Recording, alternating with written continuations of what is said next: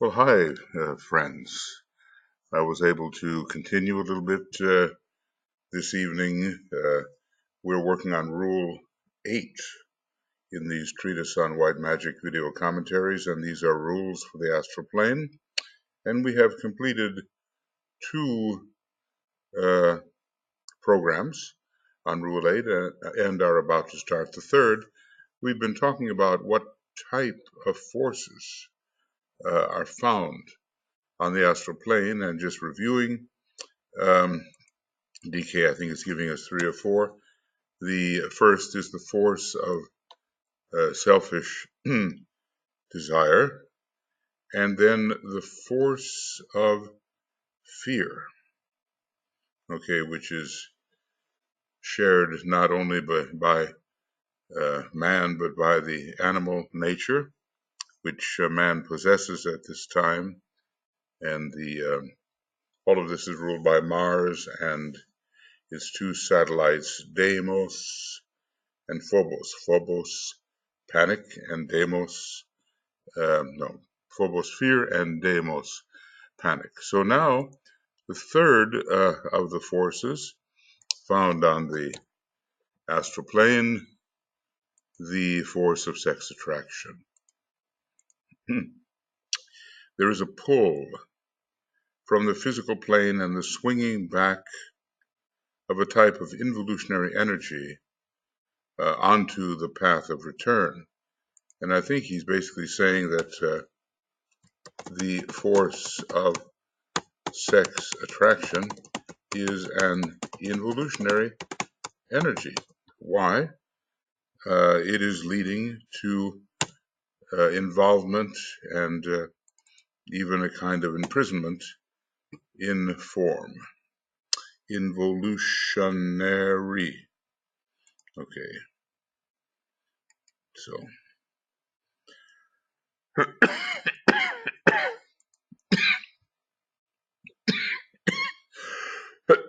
Excuse me. Sorry, those things come upon me every once in a while. So there is a pull from the physical plane where this energy mostly expresses itself as an instinctual aspect of the dense physical nature, and the swinging back of a type of involutionary energy onto the path of return. Cosmically speaking, it manifests as an attractive force between spirit and matter, and this is a high way of looking at the basis of sex attraction. So, spiritually speaking, cosmically first, the attractive force between spirit and matter, and spiritually speaking, it demonstrated as the activity of the soul as it seeks to draw the lower self into full realization. This is partially consummated as the divine marriage between the soul and the personality, between that part of man which is found above on the higher mental plane and the part of man that is synthesized on the lower mental plane. And then physically speaking, he's descending here, obviously. Physically speaking, it is the urge which tends to unite male and female for the purpose of procreation. He never leaves that out, you know. Somehow the sex attraction has become detached from the idea of procreation, and probably in the last analysis, that is a mistake. At least that's how the Dalai Lama answered the question. You know, later when we have a wider point of view and one that is more adjusted to the realities of life, we're going to realize the purpose of the sex instinct and not just another appetite which has to be fulfilled out of all balance with other appetites and tendencies of the individual. So the factor of procreation is always mentioned by the Tibetan in the context of sexual attraction in the human family. When man was purely animal, no sin, no movement contrary to the indications of the plan was involved. Well, there was no self-consciousness here, no self-consciousness, and the animal followed its instincts without responsibility. When to this urge was added emotional desire, then sin crept in, let's say largely in Atlantean days, but the sex life of the race was already out of control in later days in Lemuria. So when to this urge was added emotional desire, and we've seen how in Atlantean times emotional desire became so enlarged, so warped, so independent of other needs, that it constituted an imbalance and a kind of sin marked by lack of proportion. Sin crept in, and the purpose for which the urge manifested was perverted into the satisfaction of desire. Now, we're so much into that these days that we hardly recognize the justice of what is being said here. It is a big problem, and there is a statement made by the Tibetan on the sexual life of the race, which says, well, we the masters don't even know where it will end with humanity. We don't necessarily see a way out and through, and the method of resolution is not necessarily known to us, because it is, especially in these days when the sacral center is so highly stimulated by the incoming of the seventh ray, which is distributed through Uranus, and Uranus being the ruler of the sacral center. And of course, Mars is involved, and vestigial impulses from the moon are also involved, maybe a little bit of Venus, but Venus is not primarily a sexual planet. Mars is more that, though Venus is sometimes listed in that regard. Now that the race is more mental, and the force of mind is making itself felt in the human body, an even more serious situation is apparent, which can only be safely worked out when the soul assumes control of its triple instrument. Well, okay, so let's just say more and more responsibility is falling upon us, is falling upon the human being as the mind is introduced into the relation between the sexes, in addition to often warped, perverted desire and foundational instinct. But you know, we're so immersed in certain energies and forces, we just don't see these things from a true hierarchical perspective. We are conditioned by the attitudes, and they are largely illusory attitudes of the times in which we live. So writings of this kind help us withdraw from our social conditioning and see things with a fairer eye, a keener eye, a more encompassing eye, which is not biased in its vision.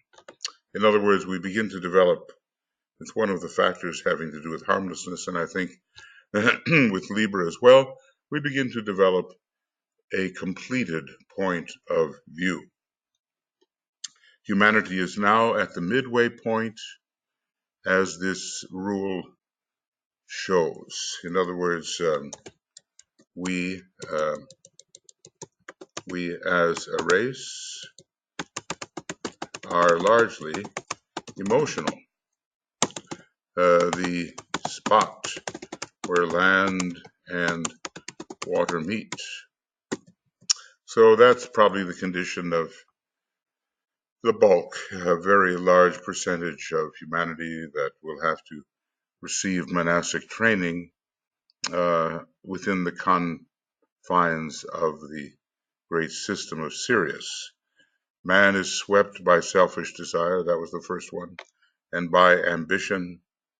For all of us have first-rate qualities, and well, you know, we have either had first-rate personalities or strong astrological signs carrying the first ray. I mean, we've been told in some of the writings that you can't even have a first or second ray personality unless you're pretty much around the time of the first initiation. And that goes with the soul as well. But as we learn in the Destiny of the Nations, when you have astrological signs that carry particular rays, you do receive the rays, even if they're not part of your ray chart. So number one, man is swept by selfish desire and by ambition. For all of us have first-rate qualities, and that was the very first of the energies or forces which we were finding on the astral plane. He is racked by fear. This is the second one, right? For fear is also found as a permeating energy on the astral plane in the usual astral body. He is racked by fear, his own family fears, national fears, and racial. For all of us swing to the rhythm of the second ray, this being a second ray planet and a second ray solar system. When I say second ray planet, I mean its soul ray is on the second ray. Soul ray is the second ray. He is dominated by sex and money. Let's see, related to the sacral. Let's see, sacral center.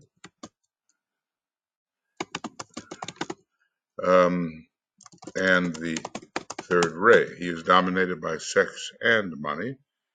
You just have to look out into society and you see it, which is another manifestation of the energy of matter, and hence has a triple problem with which he is well equipped to deal through the medium of his triple vehicle and the triple potencies of the divine soul, called the triangle, fittingly. But now let's put in this other one in a different color. He is dominated by sex and money. And we certainly, you know, maybe among our types of individuals, we don't see that so much. We do see it some, but we don't see it so much. But if you look into society, what's going on right now in high political places, sex and money are big issues, and the violation of how they should be handled, those violations are being named and pursued. We have at this time in our history the Me Too movement, which has a lot to do with the improper use of the sexual energy, mostly men inflicting this upon women, but sometimes the other way around. So fear, so what is it? Selfish desire, fear, and sex and money. And he has the triple problem, but he can deal with it if he uses the triple soul potencies. Okay, so what are these triple soul potencies? And they are, well, what are they? Intelligence,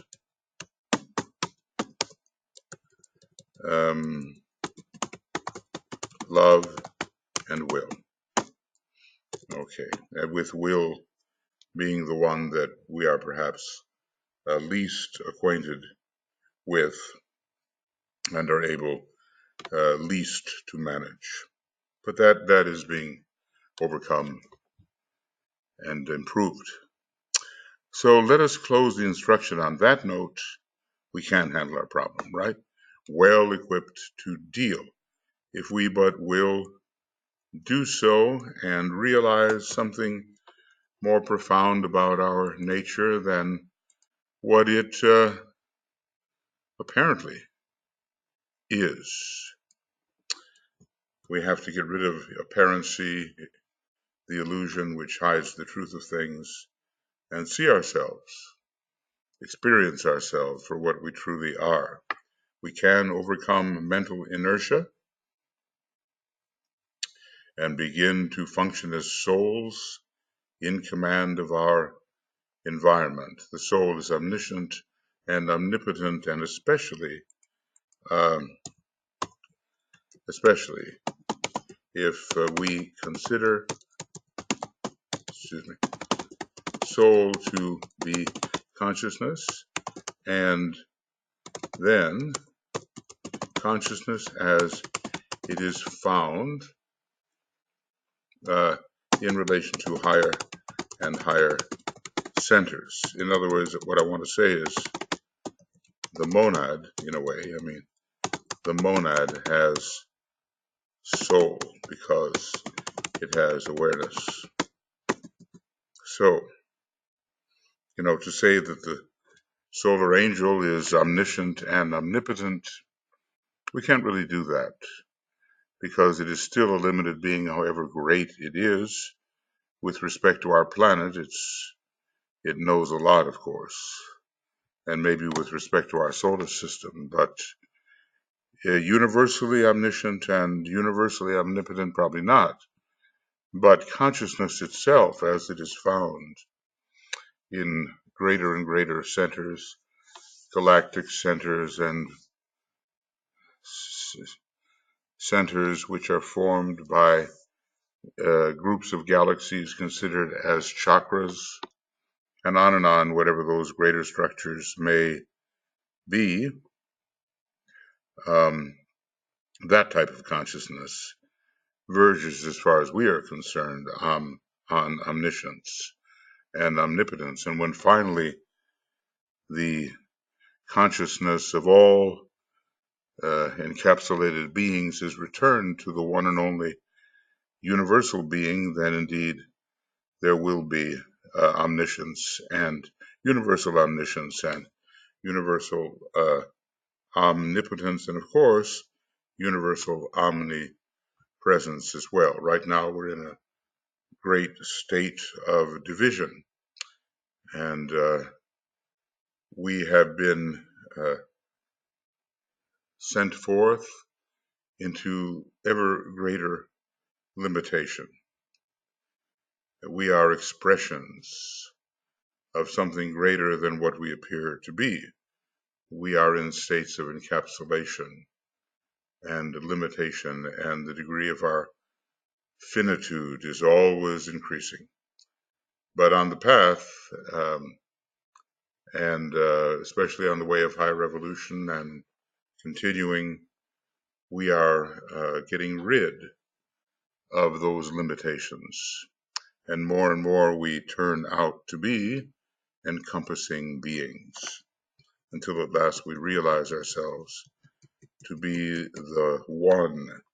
There's only one monad, really, though the extension of that one monad as rays, so to speak, not the first, second, third, and so forth, but as radiations within different environments of matter, make it seem that there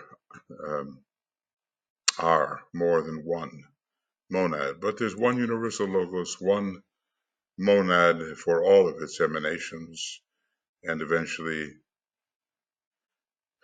we return to that realization, even while being able to function within the realm of diversity. Okay, now we're in Rule 8, and now we're taking up a section of cyclic ebb and flow. What will that mean to us? Let us see. This last section,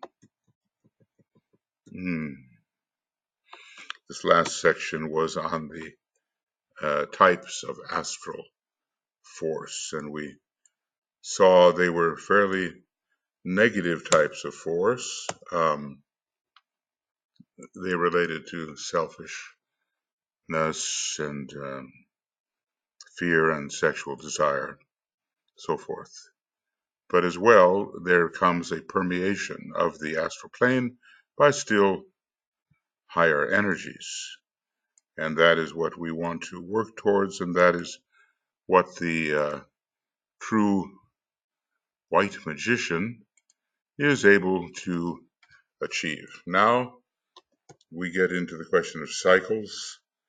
Remember that all knowledge found on the third subplane of the atmic plane pretty well includes the great science of cycles, which the masters themselves have to eventually master, and of which really we have only the slightest idea.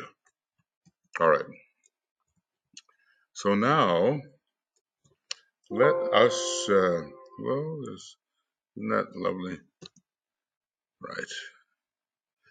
Let us consider now the words, the ebb and flow of the waters. The waters ebb and flow. Let's reread the rule. I think it's a good idea to do that. We'll go over here to a treatise on white magic and go to Rule 8. The Agnisurians respond to the sound. The waters ebb and flow. Let the magician guard himself from drowning at the point where land and water meet. The midway spot, which is neither dry nor wet, it's quite a bit higher, actually, in the energy system than that solar plexus area.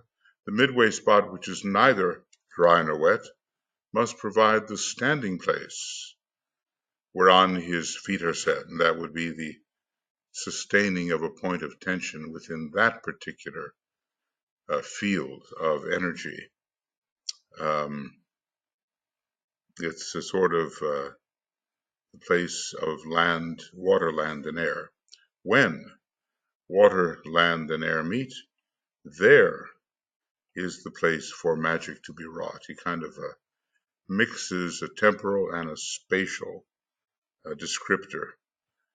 The when is the temporal descriptor, and the there is the spatial descriptor. All of this, of course, is very clear to the master who understands the science of white magic.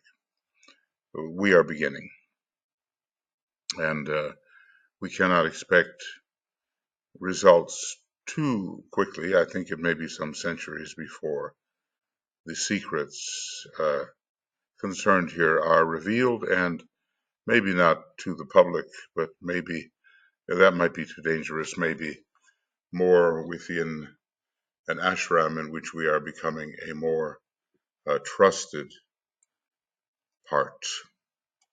So let us now consider the words the ebb and flow of the waters. In the understanding of the law of cycles, we gain knowledge of the underlying laws of evolution and come to a realization of the rhythmic work of creation. Now we have the cycles of the 7 rays and the planetary cycles and other, well, let's call them lesser and greater processional cycles involving the constellations and or signs of the zodiac. Processional. Okay. There's no word there in the standard dictionary for that one. Okay. Incidentally, not only do we gain knowledge and come to realize the underlying laws of evolution and the rhythmic work of creation, all that, which is proper to a seventh ray age, but we also gain the ability under the 7th ray to manipulate and work with the energies which are cyclically making their appearance and also their disappearance. On page, I think it is 26 of Esoteric Psychology 1, he talks about the incoming of certain rays and also the date on which they began to depart. And the 7th ray is pretty well ready to assume its proper position, and the 6th ray, by the end of this century, will be gone in the kind of cycle through which it is now expressing. As I've said before, there's also a big 6th ray cycle of some 21,000 years within a 40-some thousand year 4th ray cycle. So we see how abstruse this study can become, and we realize that there are these vaster cycles about which we have no notion as to starting and ending times. We do know something about their duration, you know, the 1, the 10, the hundreds, the thousands, the 10,000, 100,000, all that's first ray. The 5, the 50, the 500, 5,000, probably 50,000, and all that. All that is on the 2nd ray. Then maybe we have a 9 for the 3rd ray. So the 9, the 90, the 900, the 9,000, the 90,000, 900,000, all of that on the 3rd ray. Then the ray theorist Stephen Pugh has concluded that the 4th ray is 2.5, the 5th ray 3.5, and something the Tibetan seems to hint at, the 6th ray 1.5, and all of the expansions that those numbers can go through. And the 7th ray is the 7, the 70, the 700, 7,000, and so forth, and that the Tibetan actually gives us. So, you know, we're talking about the 7th ray, the 7th sign, Libra, the completed point of view, poise. Incidentally, we also gain poise as we study our own impulses. You know, we're not studying so much under Aries, we're more obeying those impulses, but maybe Libra can stand back and take a balanced point of view and see how these life impulses originate and where they go and whether they are of any consequence. So we gain poise as we study our own life impulses, for they also have their ebb and flow and alternate between periods of light and periods of darkness. In other words, in our own little lives, we have smaller ray cycles, and we certainly have planetary cycles and zodiacal cycles. And all of these determine the structure of our life and our moments of opportunity.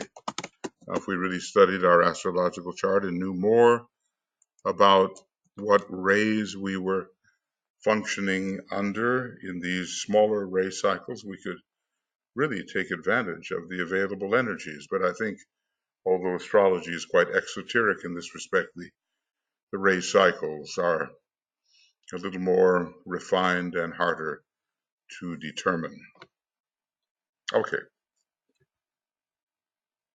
so as I said, this law of cycles, when one has all knowledge, one remembers what Master Rakotsi, the Count, said when he was Sir Francis Bacon talking to his uncle, was it? Burleigh, Lord Burleigh, who wanted him to settle down and really do something of significance within the Queen's administration. And the reply came from Bacon, I take all knowledge as my province. Well, there he was foreseeing perhaps his role as the Mahachohan in the future. He was already a very advanced individual, probably of the fourth degree, pretty much, even at that time. So we have with us always that symbolic daily occurrence wherein the part of the world in which we live swings out into the clear light of the sun and later returns to the healing dark of the night. Notice the idea that the healing forces are indeed working at night, especially for those people who can sleep through the night. May be easier done when you're younger. Anyway, our very familiarity with the phenomenon, day and night, causes us to lose sight of its symbolic significance and to forget that under the great law, periods of light and dark, of good and evil, of submergence and emergence, of progress into illumination and apparent betrayal into darkness, characterize the growth of all forms, distinguish the development of races and nations, and constitute the problem of the aspirant who has built for himself a picture of walking in a constant illumined condition or of leaving the dark places behind. Well, I guess this is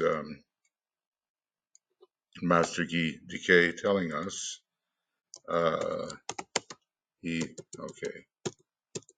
okay. So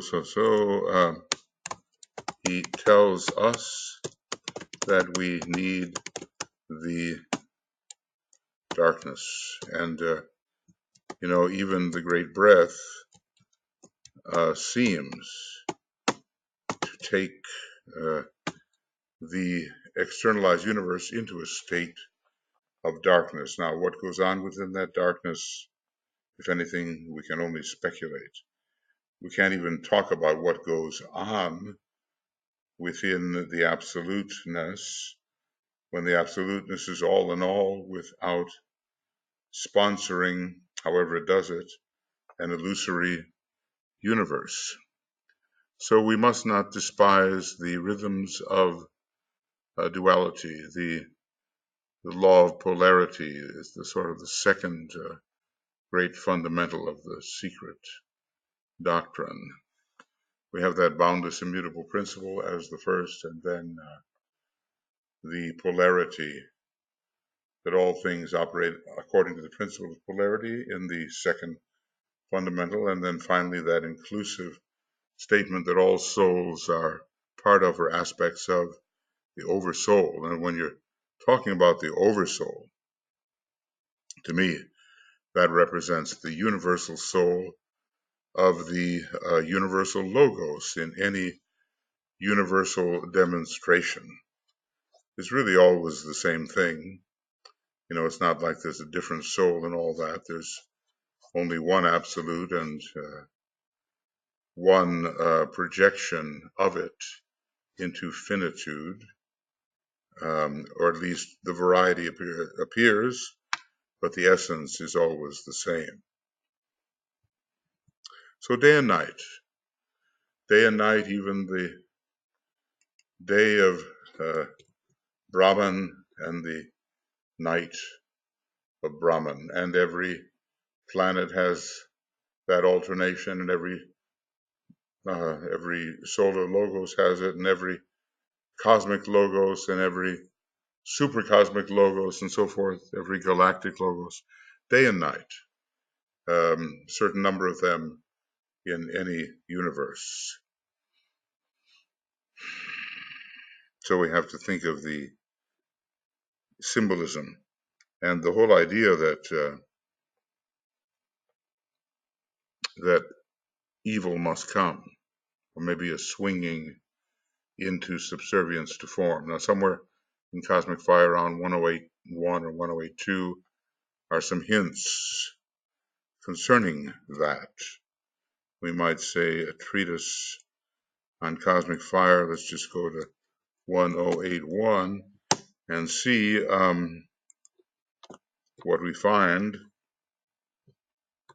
In 1082, we have, for instance, the cyclic sons of peace, the recurring sons of war. These are the names for various monadic types. We have sons of the sun, and we have points of lunar origin. Probably, maybe the solar system was different, or maybe the planetary chain was different. So we do have monadic groupings that do demonstrate the polar opposites.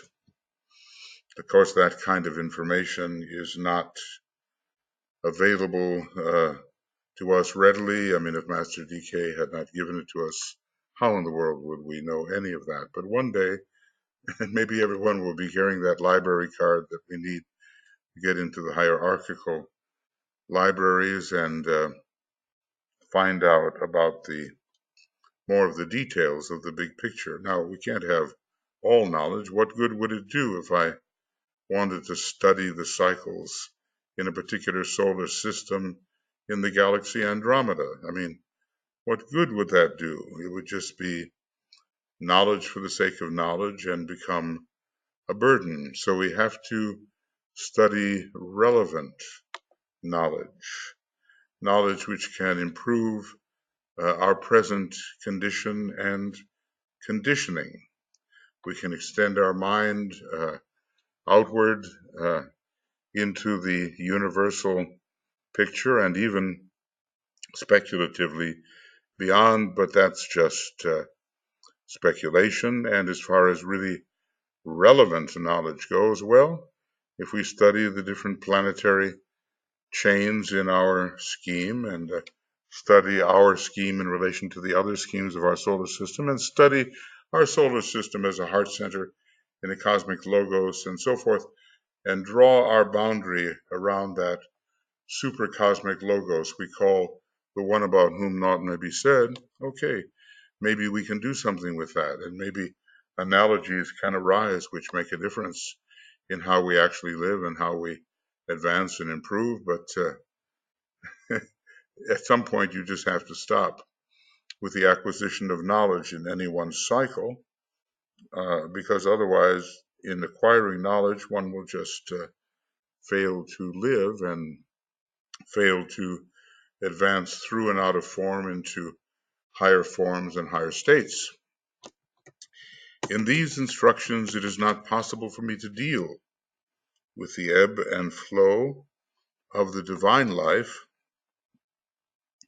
as it manifests in the various kingdoms of nature and through the evolutionary growth of humanity through experience in races, nations, and families. Now, this might be a solar systemic consideration, and even if confined to our PLSC planetary scheme, it would be a vast consideration, and Master Decay is meaning to be as practical as possible when dealing with these instructions, which after all, are for the disciple and deal with finally with the control of that often out of control vehicle, the astral vehicle. I seek, however, to elaborate somewhat the cyclic experience of a soul in incarnation, indicating the apparent ebb and flow of its unfoldment. So he, let's just say, he is confining his consideration to the microcosm,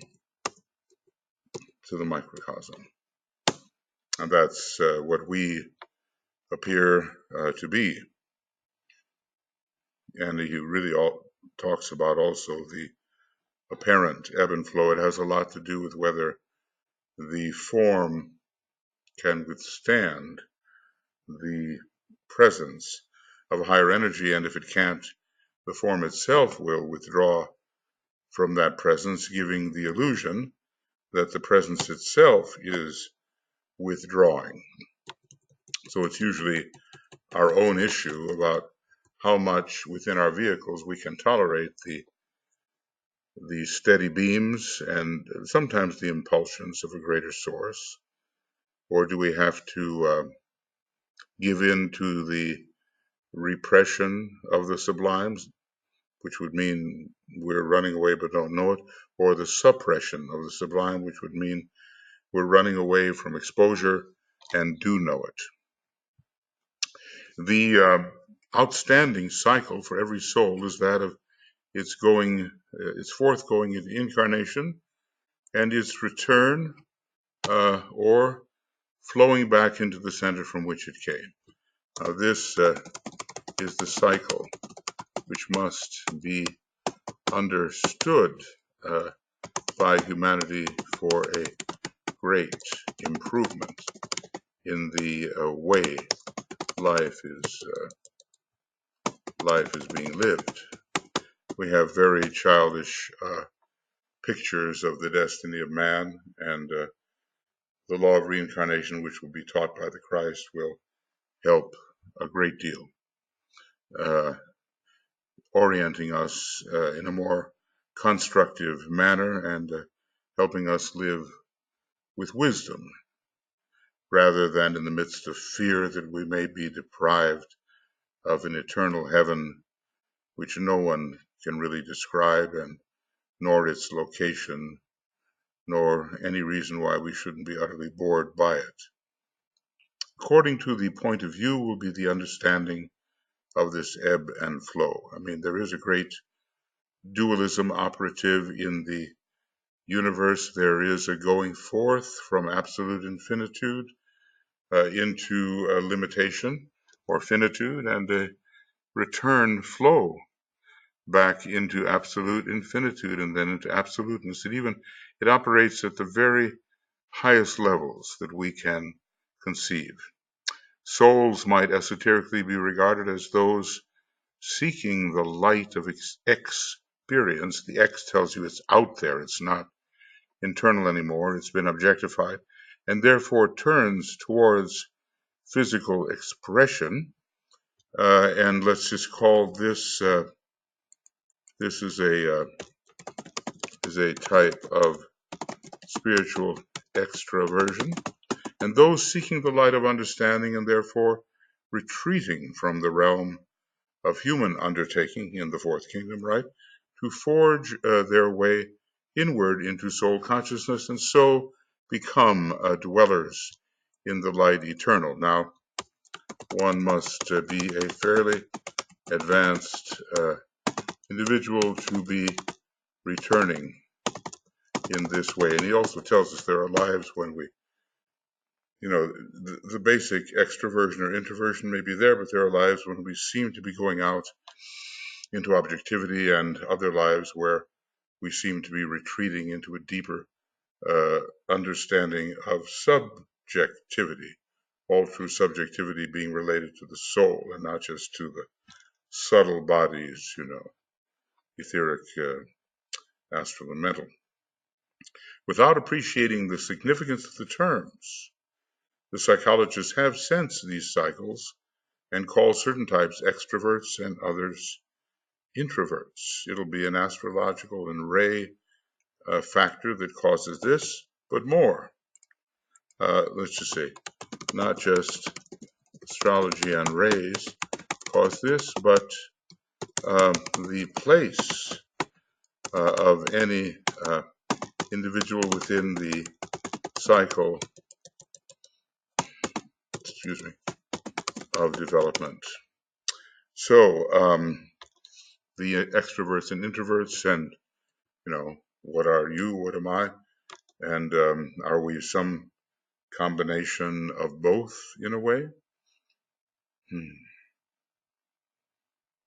I think when one moves in two directions, the way the masters are presently, more and more towards Shambhala, but more and more towards humanity, both spiritual introversion toward Shambhala and spiritual extroversion toward humanity are required simultaneously.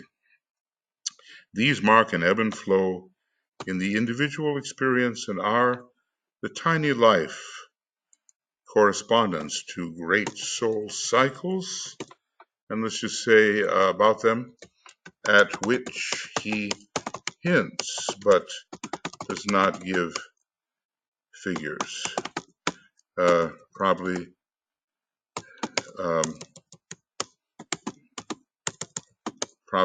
the root races are involved and the sub races, but there is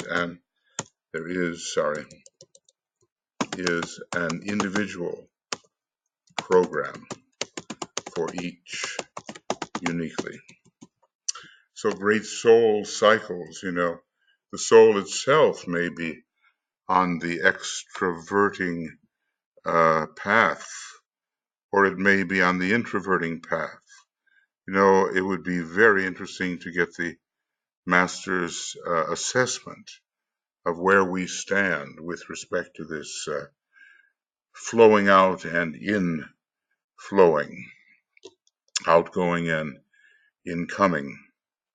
This passing out or passing into and passing out of the web, etheric, of incarnated existence are the major cycles of any individual soul, and a study of the types of pralaya dealt with in the Secret Doctrine and the Treatise on Cosmic Fire would be found of real value to the student. Sometimes, they will last as long as the simulation in Devachan, the heaven of the fourth subplane, requires the lasting, or they may be deliberately very short, as when a disciple decides that he must return and has achieved sufficiently to forego Devachan, which requires, I believe, if I understand correctly, the opening or full opening of the sixth petal.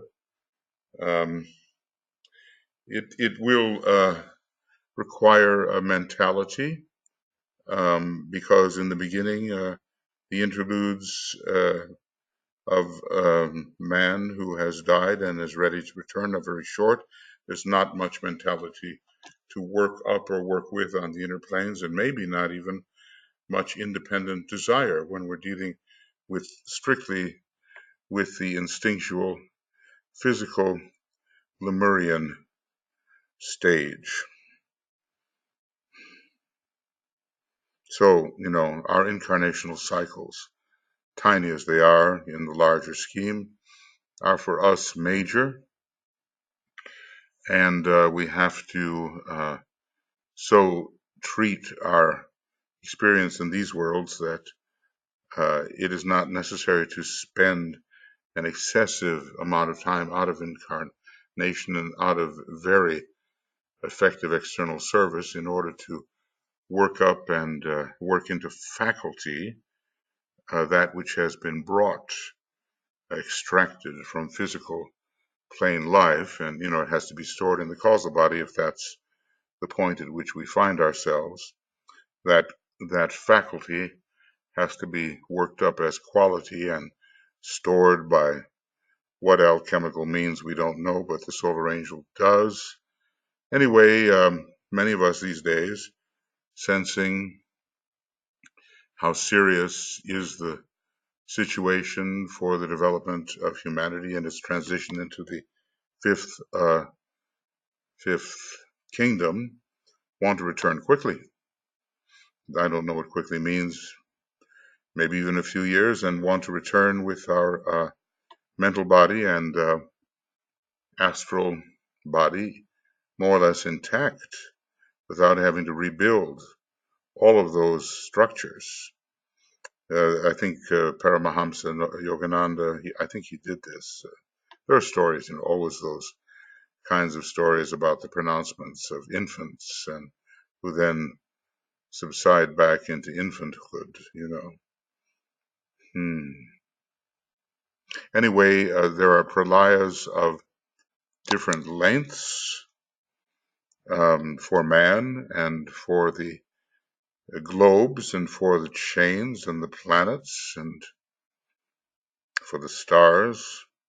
And oftentimes in the teaching you seem to see that the pralaya is of an equal duration to the time which is spent in externalization. For instance, if you have a round in relation to a planetary scheme or maybe a planetary chain, one of those rounds lasts some 300 plus million years, and then the time out of incarnation before the next round is undertaken would also be that vast period of time. But all of that we will have to witness when we are more in a position to witness it. There is also an ebb and flow in soul experience on any one plane, and this, in the early stages of development, will cover many lives. So we are working our way up to higher points of tension with each incarnation, and this affects our focus on various planes and subplanes and subplanes. All right. Because there are all of those subplanes as well, which are, planes are another way of talking about states of consciousness. But they have to do, I think, with the type of matter into the presence of which we are entering and the frequency of that matter and what can be done occultly with that matter. So this is the word we, right? All right. So there is also an ebb and flow in soul experience on any one plane because the soul keeps changing planes. Not only does the soul in incarnation change its focus, but the soul on its own plane can be moving up various subplanes, and we know that the average causal body is found on the third normal subplane of the mental plane, but that at the time of the first initiation or thereabouts, the focus of that egoic lotus or causal body will change to the second subplane. And we don't know about the progress through the subplanes except that they do exist. We'd have to have some kind of mathematics related to the vibrational frequencies of the matter involved in planes, subplanes, and subplanes. A study of the, many lives. In the early stages, we'll cover many lives. And I'm afraid I've done it again, 244 in a treatise on white magic, because unfortunately, looks like we've got a truncated sentence. And let's see here, 244. Okay, they are usually quite extreme in their expression. All right, they are. Okay. They are usually quite extreme in their expression. A study of the racial ebb and flow will make this clearer.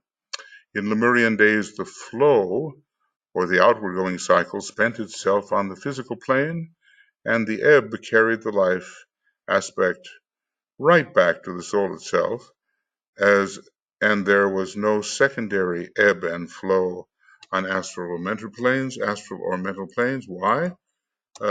Because no faculty existed for such a primitive quasi-animal man. Later, one would be able to spend time and focus on the astral and physical planes. So from the outgoingness on the physical plane and returning to the soul, returning to the causal body, and then out again.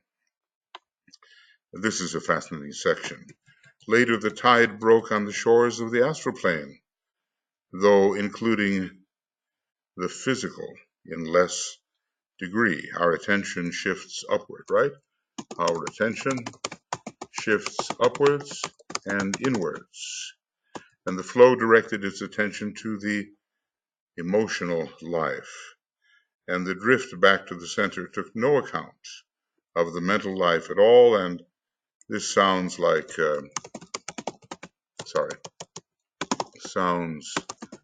the Atlantean consciousness.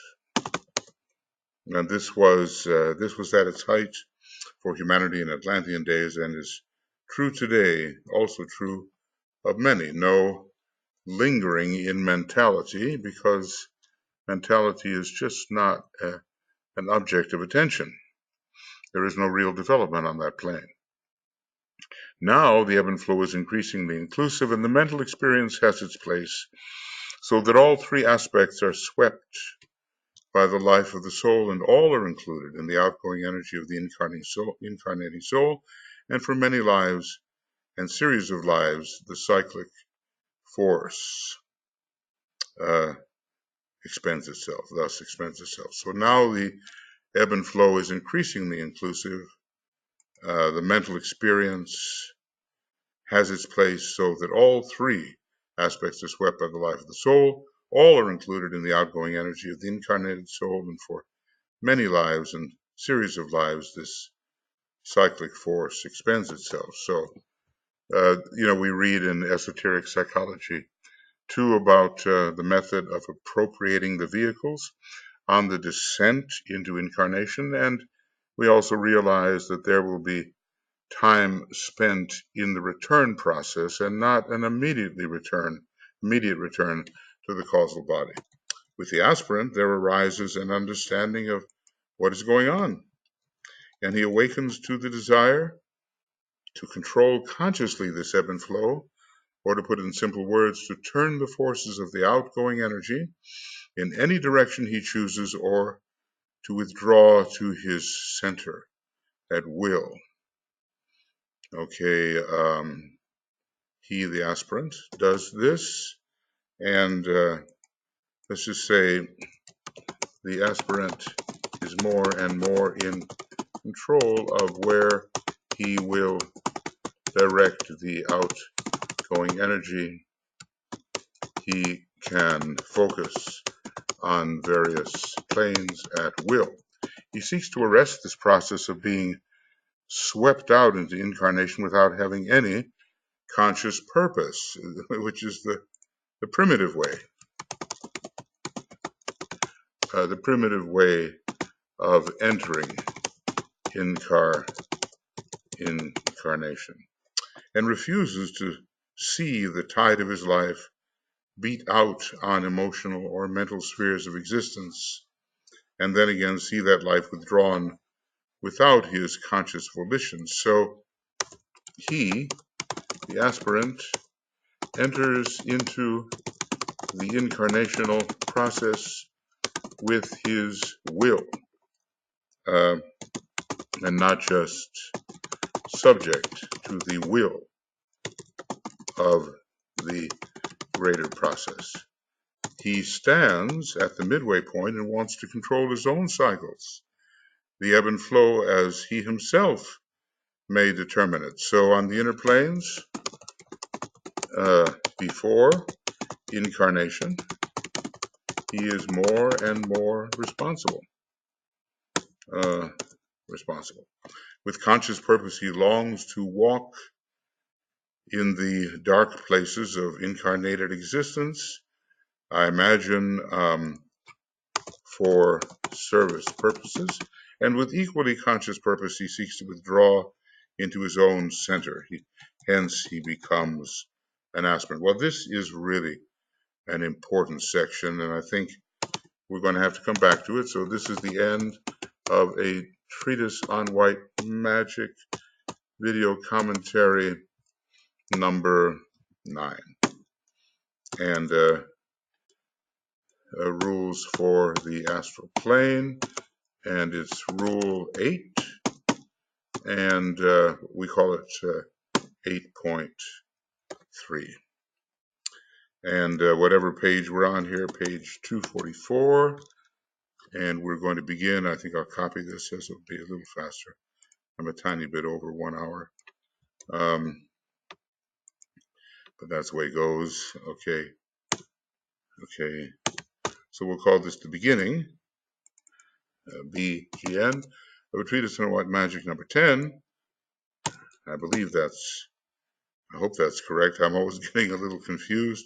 Rule 8, and it's going to be 8.4 and page 244. Anyway, the man is assuming control.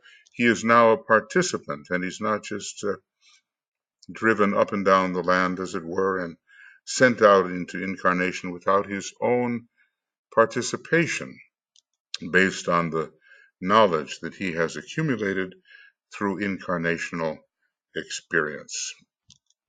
Okay, friends, if I go back a little bit, I might be able to see just how,